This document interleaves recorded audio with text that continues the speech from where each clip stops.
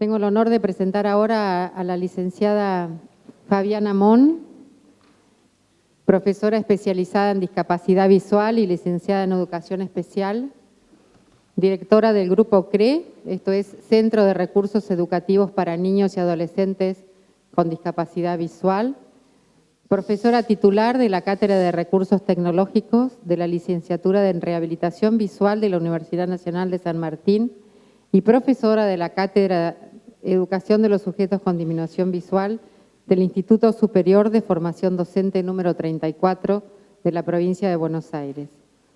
Desde 2012 a 2014, presidente de SAERCA, que esto es la Asociación Argentina de Profesionales de la Discapacidad Visual.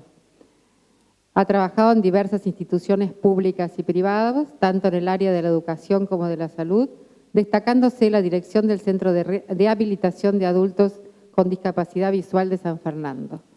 La licenciada Mon es autora de numerosas publicaciones sobre la temática y conferencista nacional y latinoamericana. Bueno, los dejo en las mejores manos. Bueno, en primer lugar quiero agradecer a FUSAVI, que ha organizado este evento, a la Fundación Navarro Viola, que nos ha cedido este lindo lugar. Realmente es una oportunidad para mí, para el equipo que me acompaña, poder charlar, dialogar con todos ustedes y con todas las personas que también están presentes vía la web. Un agradecimiento especial al ideólogo de esta jornada, que es mi amigo, el doctor Dante Dolzani, que ha sido el promotor de este evento, el que lo pensó, lo planificó, nos convocó. Muchas gracias. Mi idea hoy es poder hablarles de la baja visión desde la escuela, ¿no? Desde los niños con baja visión que van a la escuela. En la imagen vemos un profesor que está dando una clase en un bosque. El profesor es un humano que está dando una clase a distintos animales en el bosque. Hay un mono, un pingüino, un elefante, un pez y otros animales. Y el señor, el docente, dice: para una selección equitativa vamos a hacer el mismo examen a todos. Por favor, trepe al árbol. Y dice el sistema de educación en una imagen. Hay una frase de Albert Einstein que dice: todo el mundo es un genio, pero si juzgas a un pez por su habilidad de trepar un árbol, pasará el resto de su vida creyendo que es un idiota. Yo siempre cuento las mismas anécdotas, ¿no? Algunos ya me las habrán escuchado muchas veces. Yo tenía una alumna, cuando trabajaba en el servicio agregado de la escuela de Pinamar, que ella, había láminas, era una salita de 5, había láminas en inglés colgadas muy altas, ¿no? Y yo le preguntaba a Manu, le digo: Manu, ¿por qué no avisaste que esas láminas vos no las podías ver? Me dice: no, es que yo estoy practicando. Dice: porque yo, antes a mí la vertical no me salía, y practiqué y me salió. Entonces ella practicaba porque pensaba que en algún momento, si ella practicaba ver esas láminas que estaban lejos, las iba a poder ver. Otra anécdota que siempre cuento, relacionada con estos temas, es un alumno nuestro que le gusta muchísimo el fútbol. Su papá es una persona que para él el fútbol y los autos son algo muy importante, para este nene también. Bueno, y él sufría mucho con el tema de los partidos de fútbol y las competencias de fútbol en la escuela. Un niño con muy baja visión, un ojo no ve y en otro ojo tiene 2 centésimas de visión, es decir, mucho menos de 1/10. Y bueno, él sufría mucho por este tema. Hubo que hacer todo un trabajo con él a lo largo de los años, les diría yo, para que él pudiera entender que en realidad él no era un, entre comillas, buen jugador de fútbol porque era chicato y no torpe, ¿sí? Que su tema era que tiene baja visión, ¿no? Que él no podía jugar al fútbol. Bueno, se hizo todo un trabajo, él siguió jugando al fútbol, por supuesto, con sus compañeros del colegio, es un grupo muy lindo, pero entendió que en las competencias de los intercolegiales, si él estaba, porque si no era a ver quién no tenía este nene en las intercolegiales, porque el que tenía este nene incluido en el equipo le iba mal, porque este nene no veía lo suficiente. Fue todo un trabajo para que él pudiera correrse ese rol, disfrutar los partidos de fútbol con sus compañeros, en elegir él, que no participaba como miembro titular en las intercolegiales, sino, sin embargo, él iba, disfrutaba hacia la hinchada de los partidos. Y como correlato de esto, él empezó a entrenar en el CENAR, en el Centro Nacional de Alto Rendimiento Deportivo, con los competidores ciegos y con baja visión para competir realmente, ahí sí, en fútbol, ¿sí? No se trata de que todos hagamos lo mismo, ¿sí? Sino de cada uno hacer lo que hace mejor, lo que puede, de la manera que puede. Yo pensé 3 ejes para charlar con ustedes el día de hoy. Uno es la historia de la educación de los chicos con baja visión, por supuesto voy a ser muy breve. Otro es este eje entre estimulación visual y educación de los niños con baja visión, ¿sí? Y la lógica binaria en la que a veces nos movemos respecto de su atención. En el mundo, hasta los años 60, en nuestro país un poquito más, se educaba a los chicos con baja visión como ciegos, en la creencia de que usar su visión los perjudicaba. Había en el país grados que se llamaban de preservación visual para los chicos con baja visión, para que cuidaran su visión, para que esa visión no se gastara, ¿sí? Y se los educaba de la misma manera que las personas ciegas, con los mismos recursos, con braille, con bastón, personas que a lo mejor no lo necesitaban.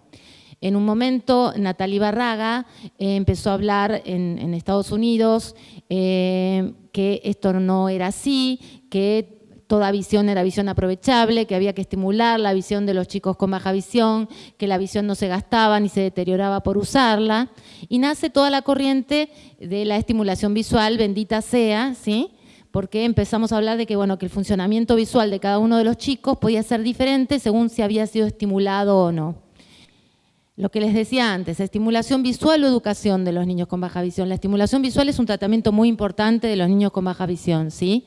Pero no se realiza en la escuela común, por lo menos, ¿sí? A la escuela común se va a aprender. Ningún niño con baja visión debe ir a la escuela a usar su, entre comillas, resto visual. A la escuela se va a aprender a jugar y a compartir.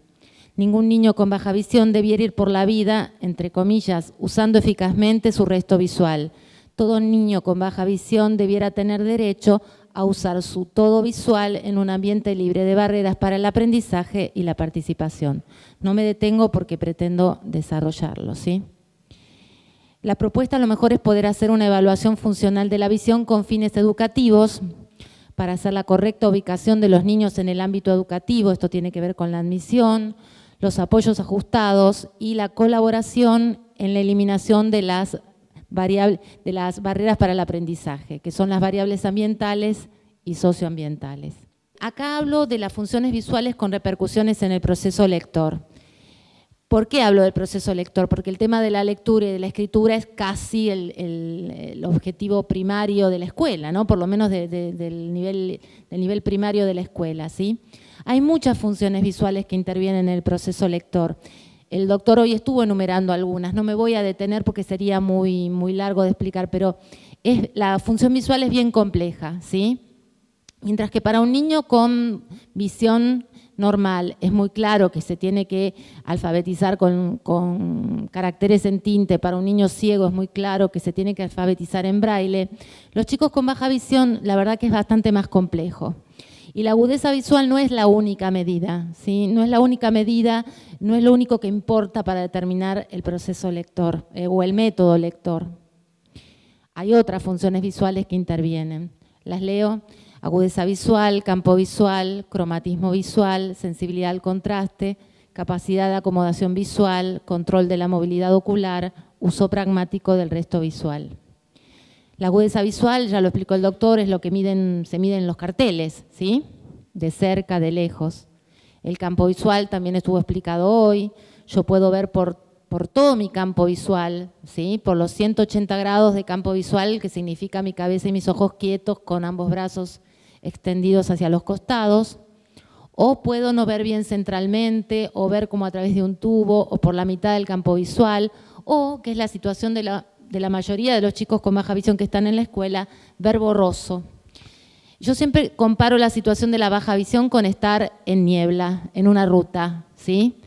Esa es una situación parecida a la que viven los chicos con baja visión. ¿Qué nos pasa cuando estamos con niebla en la ruta? Depende si la niebla es más espesa o menos espesa. ¿Y qué vemos mejor adelante? ¿Un auto blanco o un auto rojo? El contraste que hablaba hoy el doctor Dolzani. ¿Qué necesitamos para ver un poquito mejor? Faros potentes, ¿sí? A su vez, nosotros cuando estamos en niebla y vemos algo, ¿tu mamá era la que vio la vaca? ¿Tu mamá era? Bueno, la vaca, bueno. Tu mamá sabía que había algo, ¿no? Hasta que no se acercaron. Claro. Ella intuyó que eso borroso que veía ahí era algo, le vio los ojos, entonces intuyó que era un animal, supongo, una vaca, ¿sí? Pero para eso necesitamos tener buenas imágenes visuales, necesitamos conocer lo que es ver bien. Entonces siempre se dice que a los chicos con baja visión hay que ayudarlos a interpretar la borrosidad, ¿sí? Ellos a lo mejor están viendo a su maestra, que está delante en la clase, ven dónde está la maestra, pero no le ven la cara a la maestra, no le ven los gestos a la maestra, ¿sí? A lo mejor la maestra está parada delante de toda la clase poniendo cara de enojada o al revés, está usando voz de enojada pero está haciendo un guiño y él pierde esta parte de la situación. Lo mismo pasa en el patio, a lo mejor hay un chico que está haciendo un gesto para invitarlo a jugar, él ve que está el chico, dirige a lo mejor la cabeza hacia ese lado, si escuchó algún ruido, sin embargo no ve el gesto. Esto es lo que le pasa muchas veces a los chicos con baja visión. Hoy el doctor daba la definición de la Organización Mundial de la Salud en baja visión y nosotros en el grupo usamos una que es de uno de nuestros alumnos, que es Bruno Rosales, que una vez dijo, tener baja visión es como ver una hamburguesa, pero la hamburguesa está en Alemania y vos estás acá. Me encantó, la usamos siempre. Este año le volví a preguntar a Bruno, que actualizó la definición, que está mucho más grande. Le digo, Bruno, ¿qué es baja visión? Entonces me mira como diciendo, vos no sabés, sos la directora. Entonces me mira y me dice, baja visión, moviendo sus dos manitos, ¿no? Bruno puede describir esta situación de tener baja visión es como está la hamburguesa en Alemania, porque él vio previamente. Es un nene que tiene baja visión debido a una alteración en la vía óptica por un tumor. Entonces él recuerda lo que es la imagen nítida. Por eso él puede decir que eso que él ve, lo ve como si estuviera en Alemania. Pero alguien que nació con baja visión no puede hacer esta inferencia. La visión de contraste, a la que hacía alusión hoy también Dante, la capacidad de acomodación visual, el control de la movilidad ocular. Yo puedo tener a lo mejor bastante buena o relativamente buena agudeza visual, pero mis ojos moverse mucho y yo tener mucha dificultad para fijar en la lectura. Hay estudios hechos respecto de lo que le pasa a los lectores con baja visión. Ustedes saben que de la discapacidad visual, que es ceguera y baja visión, la gran mayoría de las personas tienen baja visión, ¿sí? Y menos cantidad son las personas con ceguera. Proporcionalmente está comprobado que hay mayor éxito en cuanto a la escolaridad, llegan a niveles escolares más altos, a la universidad, por ejemplo, proporcionalmente las personas ciegas que las personas con baja visión. Entonces, ¿qué pasa? Porque supuestamente las personas con baja visión tendrían que arreglárselas mejor, porque ven letras en tinta, aunque sea más grande. ¿Qué es lo que está pasando? Está pasando que yo siempre digo que se la pasan masomeneando, ¿no? Los chicos con baja visión, porque más o menos leen, más o menos copian, más o menos ven el pizarrón, y como realmente las personas ciegas necesitan recursos más específicos, a veces cuando hay pocos recursos en los ámbitos especiales, lógicamente se destinan a estas personas que necesitan estos recursos específicos. Y los chicos están más o menos copiando, más o menos leyendo, la lectura se torna lenta, hay rechazo a la actividad escolar, no les gusta, se cansan, se fatigan, ¿sí? Acá hay una lista de lo que pasa en los lectores con baja visión que no la voy a leer porque la voy a ir explicando una por una. Hay reducción de recursos atencionales dedicados a operaciones cognitivas en beneficio de las perceptivas. Si el esfuerzo del chico con baja visión en la escuela está puesto en tratar de ver, en tratar de adivinar qué es lo que dice esa fotocopia borrosa, en tratar de copiar lo que dice ese pizarrón que más o menos ve, poco recurso va a quedar para aprender, poco recurso va a quedar para la capacidad cognitiva. Entonces, el chico con baja visión en la escuela tiene que estar en chancletas. Los apoyos tienen que ser lo suficientemente pensados como para que el chico esté relajado y pueda estar en paz en esta situación. No me voy a detener en los recursos porque va a ser lo que van a exponer mis compañeras después. Ellas concretamente les van a decir cuáles son estos recursos, ¿sí? Pero la idea es que el chico pueda en forma relajada dedicarse a aprender, dedicarse a disfrutar, dedicarse a jugar, porque si no, sí o sí la actividad cognitiva queda relegada y a veces nunca aprenden a leer bien. Pasa con muchos chicos que a lo mejor no tienen problemas visuales severos, que tienen a lo mejor problemas visuales que no son discapacidad visual, que no han sido detectados, ¿sí? O auditivos. Los chicos con baja visión tienen escasa lectura por fuera de las exigencias escolares. Yo acá puse el libro de Harry Potter, una historieta de Gaturro, la imagen de Crepúsculo y la bruja Berta, ¿sí? Cuando yo armé hace mucho, cuando lo fui a visitar a Miguel, que está acá adelante, a Tucumán, esta diapositiva, puse libros infantiles de adolescentes que se me ocurrían. Y los que se me ocurrieron fueron los que leían mis hijos. Mi hijo y mi hija, Harry Potter, Crepúsculo, los que habían, La Bruja Berta, que era un libro que me encantaba leerles a mí. Entonces yo pensaba después, cuánto de afectivo hay en esto, ¿no? De la mamá que lee o del chico que elige la lectura. A mí, bueno, para mí la lectura es algo muy, muy importante y muy relevante. Y yo pensaba, qué poco nuestros chicos con baja visión pueden disfrutar de la lectura. La lectura porque sí, la lectura porque tengo ganas, la lectura del álbum de figuritas, de la revista de Violeta, de cosas que no tengan que ver con lo escolar. Es tal el esfuerzo a veces en tratar de terminar esa actividad escolar que queda poco recurso para estos libros, para la lectura por placer. Podríamos pensar si esto no es en general también, ¿no? Pero cuánto más en los chicos con baja visión. Nunca un Harry Potter, nunca, ¿no? Gracias que leo el enunciado del problema que tengo que hacer. Los recursos que necesitan, que son benditos estos recursos, realmente son recursos súper importantes y que nos ayudan mucho en la actividad escolar de un niño con baja visión.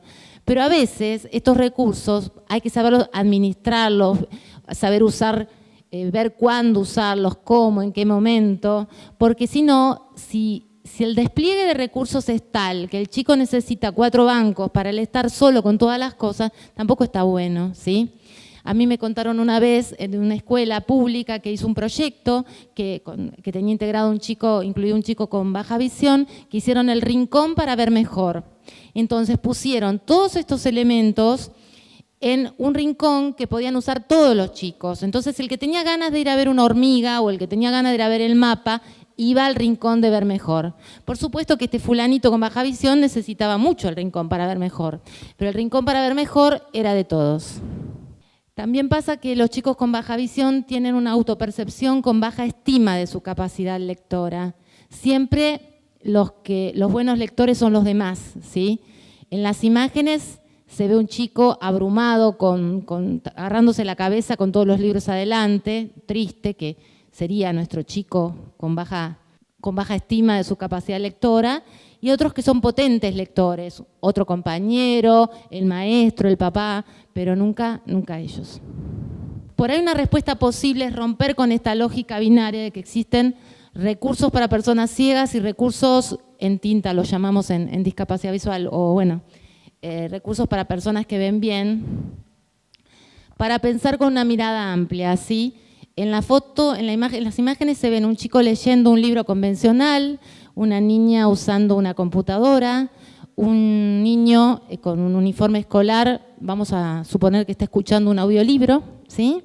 Y un niño leyendo braille. Conocer los recursos y ver cuándo aplicarlos, no este recurso para este niño y este otro para este otro niño. El audiolibro, por ejemplo, o el uso de software de magnificación o de lectura de pantalla, como mencionaba el colega hoy, son recursos altamente valiosos para todos los chicos, más aún con un chico con baja visión, y el usarlos adecuadamente puede favorecer mucho su pasaje por la escuela.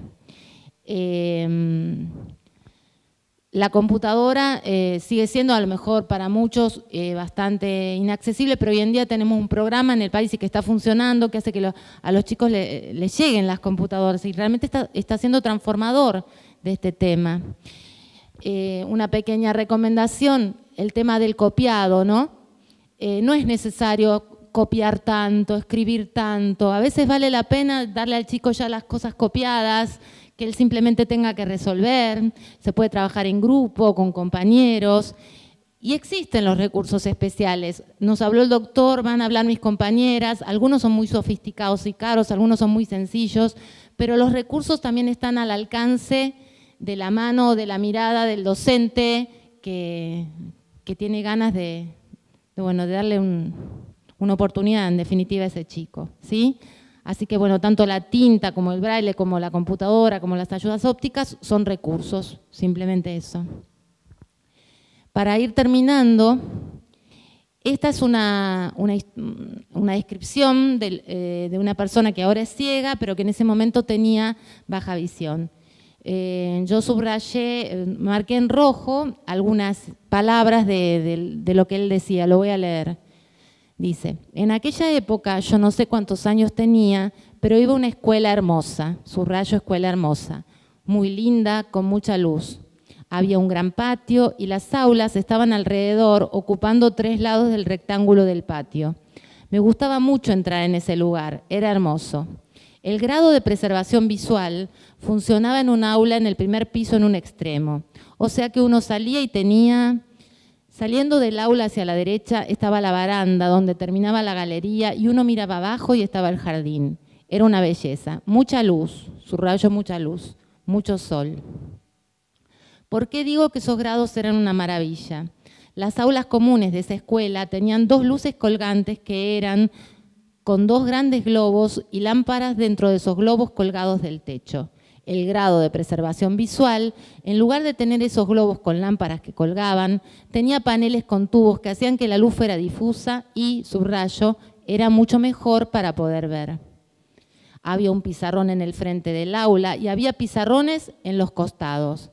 Cada pizarrón, los 2 del frente y los 2 del costado, que estaban frente al gran ventanal, tenían sendos tubos con un interruptor que estaba al lado del tubo. Uno estiraba la mano arriba y encendía el tubo. Subrayo, entonces se iluminaba todo el pizarrón.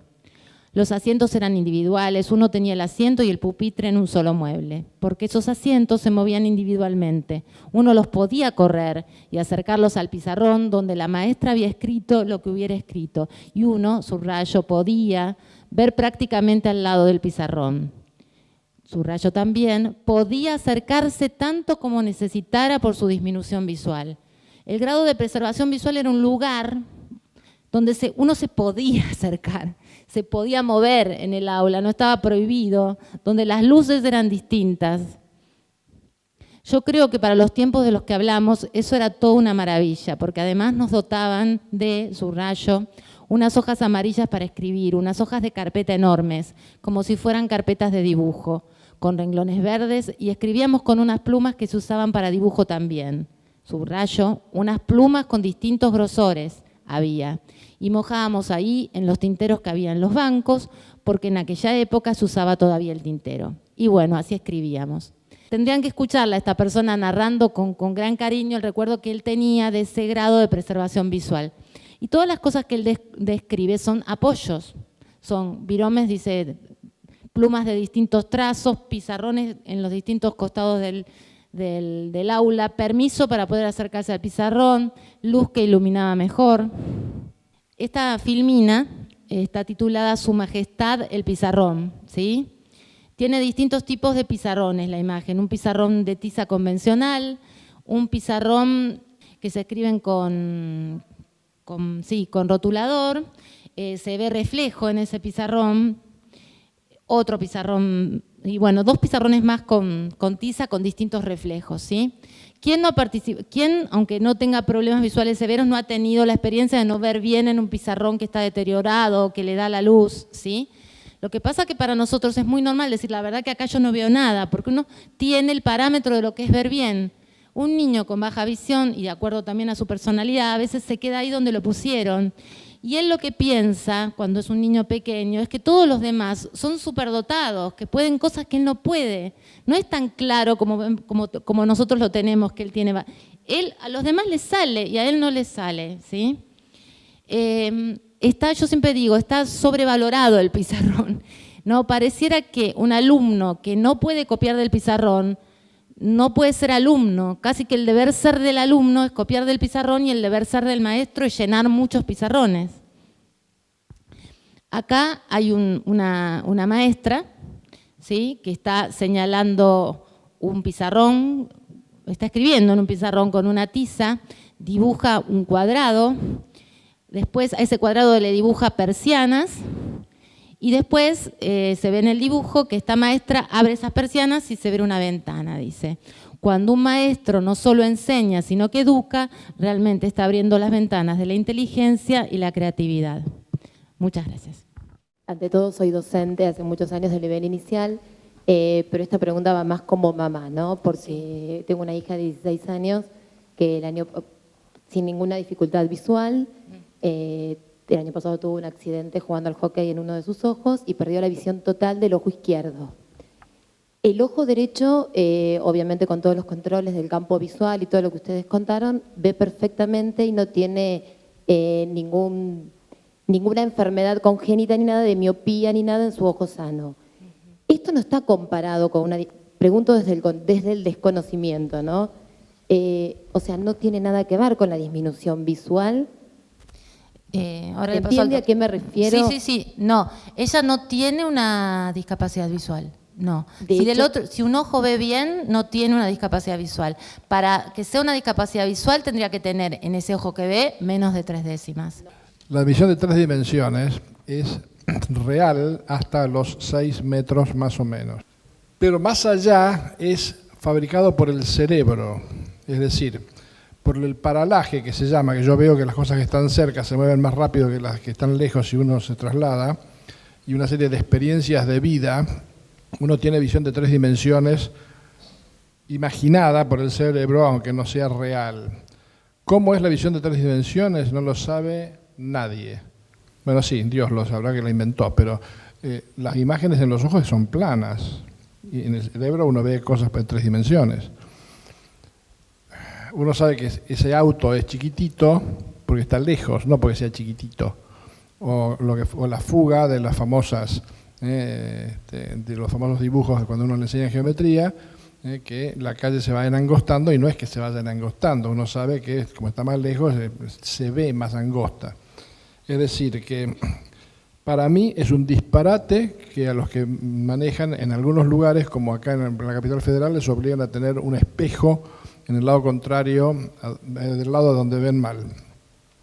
Porque con solo girar un poquito la cabeza, ya la nariz no es el obstáculo y uno ve lo mismo. Y es el paralaje y toda esa educación que es habilitación, porque cuando el nene agarra una cosa y la chupa, la muerde, la mastica, la rompe, la tira lejos, después cuando ve algo dice eso es metal, eso es madera, eso es plástico, porque jugó con eso y se habilitó. Y lo que hacen estas chicas y ustedes es rehabilitar, que es distinto. Bueno, es decir, que la visión de 3 dimensiones es relativa. Hay un libro de Hoffman, que es con doble F, que me acuerdo, y H, que si me escriben, me mandan correos electrónicos, después les doy exactamente el nombre, y el libro está en inglés, pero es todas las que son las ilusiones visuales de cómo el cerebro ve como se le ocurre a él. Uno no inventa cómo va a ver, sino uno ve como el cerebro le permite. Es genial. Este hombre se gana la vida convirtiendo esas ilusiones en fórmulas matemáticas para los que hacen realidad virtual en dibujos animados y en simuladores. Es mucho más barato tener un simulador para manejar un camión o un simulador para manejar un superpetrolero que hacer que la gente practique en el superpetrolero, porque es caro, lo chocan cosas, en fin. Pero es el cerebro el que ve y no los ojos. Nosotros los oftalmólogos nos ocupamos de los ojos, pero en realidad el que ve es el cerebro. Yo me comuniqué con la licenciada porque tenemos un alumno en sala de 5 que perdió un ojo por glaucoma, desprendimiento de retina y demás. Entonces, por un lado, en el otro ojo él tiene miopía, astigmatismo también y resta ver que le hagan para ver el campo o resto visual. ¿En qué momento podemos decir que tiene una discapacidad visual? Porque si un ojo le funciona bien, no, pero en este caso por ahí un poco más específico, en qué lugar quedaría. Y pegadito a esto, si él sufrió de este problema por el glaucoma, también tiene en el otro ojo, puede tener, no puede tener. El glaucoma suele ser de los dos ojos, salvo alguna cosa que sea traumática, pero y es una enfermedad que va convirtiendo el cono de visión, que es hasta casi 360, hasta casi 90 grados, lo va cerrando hasta que uno termina viendo por un tubo. Si es menos de 20 grados, es por definición baja visión. Pero a veces incluso los que tienen glaucoma pierden la parte central y les queda retina del lado de la nariz y ven hacia el lado de las orejas, que se llama resto visual, y con eso aún así pueden reconocer letras grandes con el sistema de la camarita y de la televisión. Es un infierno para leer, pero les puede servir para algunas cosas como estas que mencioné, de ver una medicación o ver un número de teléfono o alguna cosa así, porque ver bien no se ve, o sea, la retina no es toda igual. Eso es algo que no mencioné y estuve mal. La mácula es como una baldosa del centro de un patio. Ese patio está lleno de baldosas y uno las mira y son todas iguales, pero la baldosa del centro tiene 1.000.000 de fotorreceptores y todas las demás tienen 100.000 entre todas, es decir, tienen muy poquitas. Entonces, es como una pantalla de una computadora. Ustedes hablan de los píxeles, ¿no es cierto? Son de los cuadraditos formados para dar una imagen de color, de diversos colores, de grises, de lo que sea. Y entonces, cuantos más cuadraditos, las famosas de las medidas de las impresoras, dots per inch, los DPI, cuantos más puntos por pulgada cuadrada, en este caso porque son americanos, cuanto hay más definición en la imagen. Cuando uno la agranda, se pixela, se hacen cuadraditos visibles como tales, como cuadraditos, de lo que eran puntitos tan chiquititos que uno no los veía. Si ustedes agarran una lupa potente y miran un televisor o una computadora, van a ver los puntitos. Uno no los ve habitualmente porque no tiene esa tanta capacidad visual. Pero el centro del ojo, la mácula, que es 1 milímetro cuadrado o menos, es capaz de ver muchísimo porque tiene un montonazo de fotorreceptores y el resto no. Entonces, cuando uno suprime o daña el centro, le queda una visión mala. ¿Para qué sirve? Para no chocarse cosas. Esta chica hablaba de manejar con un solo ojo. Yo, que tengo los dos más o menos bien, ya 2 veces, por no mirar con la cabeza, me quise correr de carril y casi atropello un auto que iba a la par mía. ¿Qué he hecho? Después de que me tocaron bocina y me dijeron muchas cosas muy interesantes, que no voy a mencionar, ¿qué hago? Ahora giro la cabeza, porque me doy cuenta que no alcanza con los 90 grados que uno tiene normalmente. Porque a veces puede tener un auto que no lo ve, porque la parte de delante es baja, entonces hay que girar la cabeza y mirar, a ver qué hay. Entonces, eso, que la persona que tenga un solo ojo hace lo mismo, gira la cabeza y ve igual que uno normal, tranquilamente, pero eso porque tiene la mácula bien. Si no tiene la mácula bien, va a ver mal. Yo quería agregarle algo acá a la compañera. Por lo que vos me habías dicho, intuyo, no lo sé, por lo que me habías contado en el mail, este nene tiene dificultades visuales en el ojito que ve. Presumimos quizás que tenga baja visión. Hay que pedir certificado oftalmológico, ¿sí? Y si tuviese discapacidad visual, interviene, hay que pedir la intervención de la escuela especial de niños con discapacidad visual más cercana. Yo no recuerdo dónde era, en Boedo, en Capital. Bueno, tenés la escuela 35, lo que hace esta escuela es mandar un maestro especializado en discapacidad visual que evalúa al niño, te asesora acerca de los apoyos que este chico necesita, y bueno, y asesora acerca de los recursos, ¿sí?